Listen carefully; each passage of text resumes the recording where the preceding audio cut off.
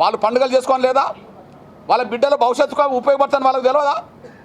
SC వర్గీకరణ పరిష్కారం జరుగుతుంది కాబట్టి ఇక మా బిడ్డలు చదువుల్లో ముందుకెళ్తారు, మా బిడ్డలకు ఉద్యోగాలు దొరుకుతాయి, మేము బాగుపడతామని అన్ని పార్టీలో ఉన్న మాదిగలకైతే ఉంటుంది కదా.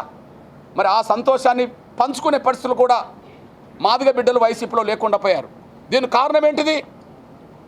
మీరు వర్గీకరణ వ్యతిరేకించే మాలల్ని దగ్గర పెట్టుకొని మాలల్ని మాల మహానాడు మీటింగ్లో పంపుతున్నారు.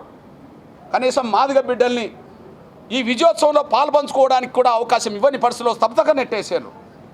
ఇది ఖచ్చితంగా జగన్మోహన్ రెడ్డి గారు నేరుగా నువ్వు సమాధానం చెప్పు, నువ్వు ఎస్ ఆర్ నో. ఇప్పటికైనా సామాజిక న్యాయం కోణంలో చూస్తే స్వాగతించు. నువ్వు స్వాగతిస్తూ చట్టంలో పలానా సవరణ రావాలి, లేదా ఎవరికి ఇబ్బంది కాకుండా చేయాలి, లీగల్గా మళ్ళీ ఎలాంటి అడ్డంకులు రాకుండా చూడాలని చెప్పి ప్రతిపక్ష హోదాలో సూచనలు చేయండి. ప్రతిపక్ష హోదాలో సూచనలు చేయండి. మీ సూచనలు తీసుకుంటారా లేదా ఆలోచించండి. అంతేగాని మీరు అసెంబ్లీకి రారు, అత్యంత కీలకమైన చర్చల్లో పాల్గొనరు, సుప్రీంకోర్టు దీన్ని స్వాగతించారు. లాయర్ని పెట్టమంటే లాయర్ పెట్టారు, గతంలో అపాయింట్మెంట్ ఇవ్వమంటే అపాయింట్మెంట్ ఇవ్వరు. మీ విషయం ఇంకొక విషయం గుర్తు చేస్తున్నాను నేను. ఇక్కడ గుంటూరులో ఎస్సీ వర్గీకరణ వ్యతిరేకించు మాలల మీటింగ్ పెట్టిన విషయం అందరికీ తెలుసు. ఆ మాలల మీటింగ్ పెట్టిన లీడర్లను జగన్మోహన్ రెడ్డి గారు పిలిపించుకొని మాట్లాడిండు కదా. ఆ మాల లీడర్లు జగన్మోహన్ రెడ్డి గారికి బొకేలు ఇచ్చిండు కదా. ఇక్కడనే జరిగింది కదా. గుంటూరులో వర్గీకరణ వ్యతిరేకిస్తూ ఇక్కడ మాలల మీటింగ్ పెట్టిండ్రు. ఆ మీటింగ్ పెట్టడానికి ప్రధాన కారకులు 10 మంది పోయి జగన్మోహన్ రెడ్డి గారికి బొకేలు ఇచ్చారు. అంటే దీన్ని బట్టి ఏమర్థమవుతుంది? మీరు వర్గీకరణ విషయంలో వెనుకకు తగ్గడమే కాకుండా వర్గీకరణ వ్యతిరేకుల్ని ప్రోత్సహిస్తుండడానికి సాక్ష్యం. జూపూడి వర్గీకరణ వ్యతిరేకంగా మాట్లాడమే అందుకు సాక్ష్యం. గుంటూరులో మాల లీడర్లతో వర్గీకరణ వ్యతిరేకంగా మీటింగ్ పెట్టిన మాల లీడర్ని పిలిపించుకొని వాళ్ళతో మాట్లాడడం, వాళ్ళు ఇచ్చిన బోకేలు తీసుకోవడం, వాళ్ళ భుజమే చేసి వాళ్ళని అభినందించడం, అది సాక్ష్యం. సాంఘిక సంక్షేమ శాఖ మంత్రిగా నాగార్జున నేను మాలల సంక్షేమం కోసమే కష్టపడతాను అని మాట్లాడితే ఆయన మీద చర్య తీసుకోకపోవడం సాక్ష్యం.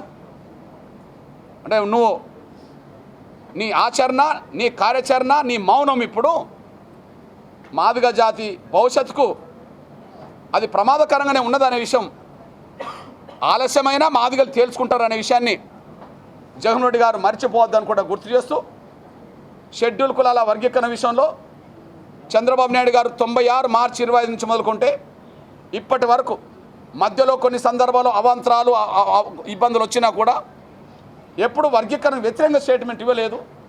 ఆయన వర్గీకరణకు అనుకూలంగా మాట్లాడిన రోజు నుంచి ఈ వర్గీకరణ ప్రక్రియ ప్రస్తుతం పూర్తి చేసే వరకు కూడా ఆయన మాదిగల పట్ల వర్గీకరణ పట్ల సంపూర్ణంగా అండగా ఉన్నాడనే విషయం మీ దృష్టి తీసుకొస్తూ, ఈ విషయంలో సుప్రీంకోర్టు తీర్పు అనుకూలంగా రావడం వల్లనే ఈ ప్రక్రియ అంతా ముందుకు సాగుతుంది తెలంగాణ, ఆంధ్రప్రదేశ్లో.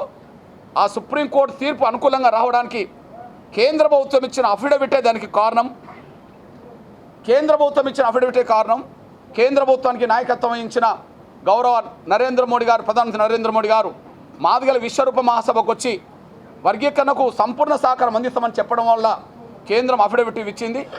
ఈ విషయంలో గౌరవ ప్రధానమంత్రి నరేంద్ర మోడీ గారికి, దాన్ని పరిశీవ్ చేసిన హోంశాఖ మంత్రి అమిత్ షా గారికి, ఇప్పుడు సంధానకర్తగా ఎంఆర్పిఎస్కు మాదిగలకు కేంద్రానికి సంధానకర్తగా ఉండబడే సోదరులు కేంద్ర మంత్రి వాళ్ళు కిషన్ రెడ్డి గారికి, అదే సమయంలో అంతకుముందు సంధానకర్తగా ఉన్న మా వర్గీకరణ ఉద్యమానికి నైతిక మద్దతు ఇచ్చి దశాబ్దాల పాటు మాకు అండగా నిలబడ్డ పెద్దలు వెంకయ్య నాయుడు గారికి మేము ధన్యవాదాలు చెప్తున్నాం. ఈ విషయంలో గౌరవ చంద్రబాబు నాయుడు గారు మాట తప్పకుండా, వెనుకకు తగ్గకుండా ప్రతి దశలో అడ్డంకులు ఎన్నొచ్చినా కూడా అధిగమిస్తూ ముందుకు తీసుకొచ్చి వర్గీకరణ ఫలాలు మాదిగలకు అందించబోతున్న సమయంలో గౌరవ చంద్రబాబు నాయుడు గారికి, వర్గీకరణ అంశాన్ని సామాజిక ఉద్యమంగా, ఆత్మగౌరవ ఉద్యమంగా భావించుకున్న డిప్యూటీ సీఎం సోదరులు పవన్ కళ్యాణ్ గారికి, అదే సమయంలో ప్రస్తుత రాష్ట్ర మంత్రివర్గంలో బీజేపీ వైపు నుంచి ఉండబడే అంతకుముందు వెంకయ్య నాయుడు గారి వద్ద ఒక అధికారిగా పనిచేసి ఇప్పుడు రాష్ట్ర మంత్రివర్గ వైద్య ఆరోగ్య శాఖ మంత్రిగా ఉండబడే సత్యకుమార్ అండ్ బీజేపీ నాయకులకు, అదే సమయంలో శాసనసభలోనూ శాసన మండలిలోనూ వర్గీకరణ అంశానికి సానుకూలంగా స్పందించిన ఎమ్మెల్యేలు, ఎమ్మెల్సీలందరికీ నేను ప్రత్యేకంగా ధన్యవాదాలు తెలియజేస్తూ, షెడ్యూల్ కులాల వర్గీకరణ విషయంలో ఇక ముందు ఏం మాట్లాడదలుచుకున్నా కూడా వైసీపీలో మా మాదిగ లీడర్లతో మాట్లాడించి మాదిగలకు మా లీడర్లు దూరం చేయడం కంటే నేరుగా నువ్వు ఏ వైఖరి తీసుకోదలుచుకున్నా మాకు అభ్యంతరం లేదు. నువ్వు వెనకకు పోతావా ముందుకు వస్తావా అనే విషయంలో తేల్చుకోవాల్సింది నువ్వే కనుక జగన్మోహన్ రెడ్డి గారే ఈ విషయంలో నేరుగా స్పందించాలని చెప్పి నేను డిమాండ్ చేస్తున్నా, గుర్తు చేస్తున్నా. ధన్యవాదాలు.